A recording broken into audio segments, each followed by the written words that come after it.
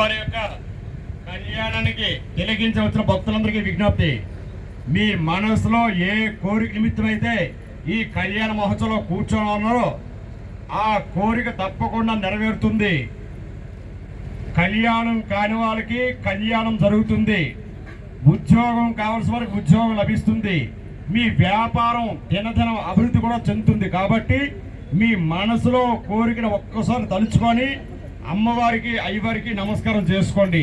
అందరూ చెప్పండి, మాంగళ్యం తంతునానేన లోక జీవన హేతున కంటే పద్నామి శుభగే త్వం జీవం శరధాం సుతం. అయ్యవారికి చూపించండి.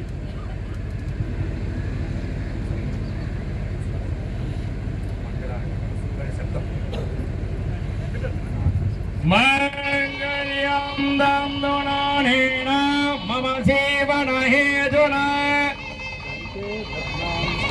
పద్నామి శుభగే త్వం జీవం శరధాం సుతం.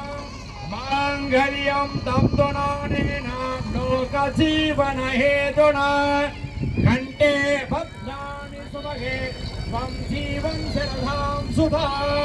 మాంగళ్య ధారణ ముహూర్తమస్తు సుమూర్తే సావధాన శుభలగ్నే సావధాన శ్రీ లక్ష్మీ నారాయణ సావధాన అయం ముహూర్త సుముహూర్తమస్తు.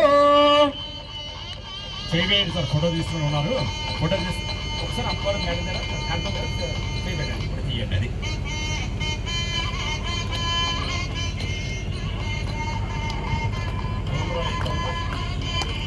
తలంబరాలు అయిన తర్వాత